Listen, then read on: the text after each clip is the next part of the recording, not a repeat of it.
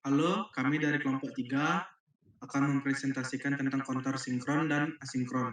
Sebelum materi kami dimulai, izinkan kami memperkenalkan diri terlebih dahulu. Perkenalkan, nama saya Kemangdi Pratnya Puspa Yonantara, NIM 24. Perkenalkan, nama saya Iputu Dika Widya Pramana, NIM 01. Perkenalkan, nama saya Edesius Maria Gasian IKE, NIM 05. Perkenalkan, nama saya Iwayan Lanang Wijaya Kusuma, NIM 02. Pada materi ini, kita akan membahas 4 materi, yaitu prinsip dasar pecacahan, yang kedua, pecacahan sinkron, yang ketiga, pecacahan asinkron, yang keempat, rancangan counter. Materi pertama tentang prinsip dasar pecacahan.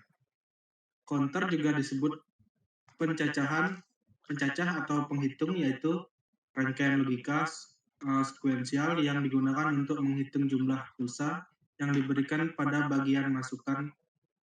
Counter digunakan untuk berbagai operasi aritmatika, pembagian frekuensi, penghitungan jarak atau odometer, penghitungan kecepatan atau speedometer, yang pengembangannya digunakan luas dalam aplikasi perhitungan pada instrumen ilmiah, kontrol industri komputer, perlengkapan komunikasi, dan sebagainya.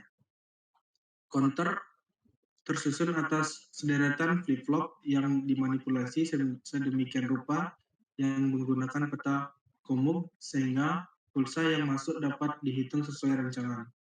Dalam perancangannya, counter dapat tersusun atas semua jenis flip-flop, tergantung karakteristik masing-masing flip-flop tersebut. Ada 3 faktor yang harus diperhatikan untuk membangun pencacah naik atau turun, yaitu pertama ada pada transisi mana flip-flop tersebut aktif, transisi pulsa dan positif ke negatif atau sebaliknya. Yang kedua, output flip-flop yang diumpamakan ke flip-flop. Berikutnya diambil dari mana? Dari output key atau key. Yang ketiga, indikator hasil cacahan dinyatakan sebagai output, yang mana output key dan key, ketiga faktor tersebut di atas dapat dinyatakan dalam persamaan XOR. Materi selanjutnya dibacakan oleh teman saya. Baik, saya akan menjelaskan pencacahan sinkron. Synchronous counter memiliki pemicuan dari sumber clock yang sama dan susunan flip-flopnya adalah paralel. Dalam synchronous counter ini sendiri terdapat perbedaan penempatan atau manipulasi gerbang asarnya yang menyebabkan perbedaan waktu tunda yang disebut carry propagation delay. Penerapan counter dalam aplikasinya adalah berupa chip IC, baik IC TL maupun CMOS. Pada counter sinkron, sumber clock diberikan pada masing-masing input clock dari flip-flop penyusunnya.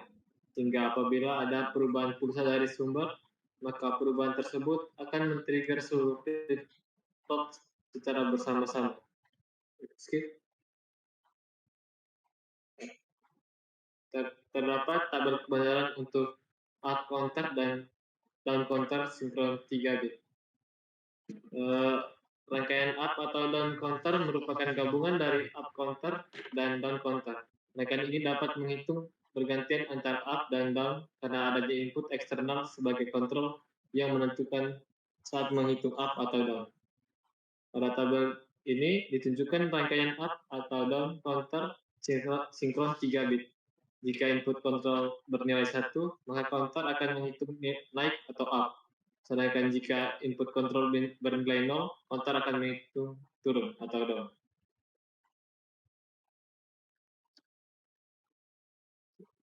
Skip. Baik, saya di sini akan menjelaskan yang ketiga, pencacahan asinkron.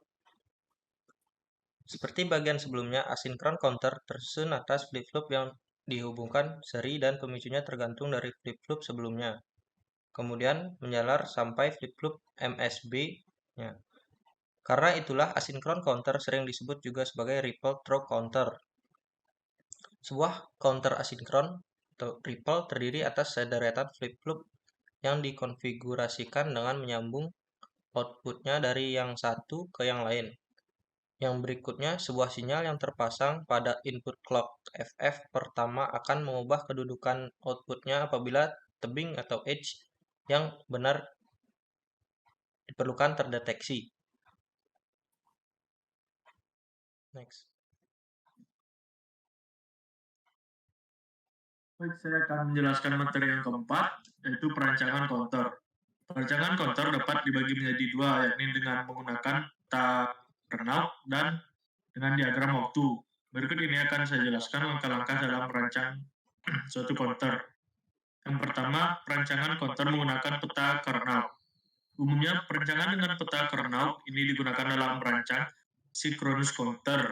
Langkah-langkah perancangannya, yang pertama, dengan mengetahui urutan keluaran counter yang akan dirancang. Kita ditentukan masukkan masing-masing flip-flop untuk setiap kondisi keluaran dengan menggunakan tabel kebalikan. Yang kedua, cari fungsi boolean. Masing-masing masukkan flip-flop dengan menggunakan peta Karnaugh. Usahakan untuk mendapatkan fungsi yang sesederhana mungkin agar rangkaian counter menjadi sederhana. Terus yang ketiga, buat rangkaian counter dengan fungsi masukkan flip-flop yang telah ditentukan. Pada umumnya digunakan gerbang-gerbang logika untuk membentukkan fungsi tersebut. Terus yang keempat, perancangan counter menggunakan diagram waktu. Umumnya, perancangan dengan diagram waktu digunakan dalam perancangan asynchronous counter karena kita dapat mengamati dan menentukan sumber pemicu suatu flip-flop dari flip-flop lainnya. Adapun langkah-langkah perancangannya, yaitu menggambarkan diagram waktu atau clock. Tentukan jenis pemicuan yang digunakan dan keluaran masing-masing flip-flop yang kita inginkan.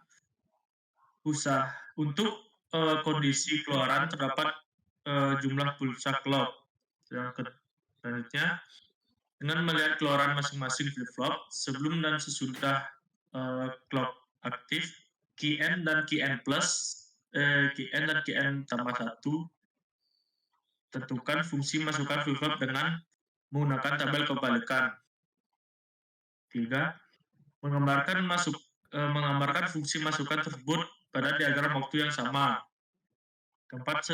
Sederhanakan fungsi masukan telah diperoleh sebelumnya dengan melihat kondisi logika dan kondisi keluaran flip-flop. Untuk flip-flop R dan S, J kurang K, kondisi don't care X dapat dianggap sama dengan 0 atau 1. Yang kelima, tentukan minimal satu flip-flop yang dipicu oleh keluaran flip-flop lain sesuai dengan jenis pemicunya. Yang keenam, buat rangkaian counter dengan fungsi masukkan flip-flop yang telah ditentukan. Pada umumnya digunakan gerbang-gerbang logika untuk membentuk fungsi tersebut.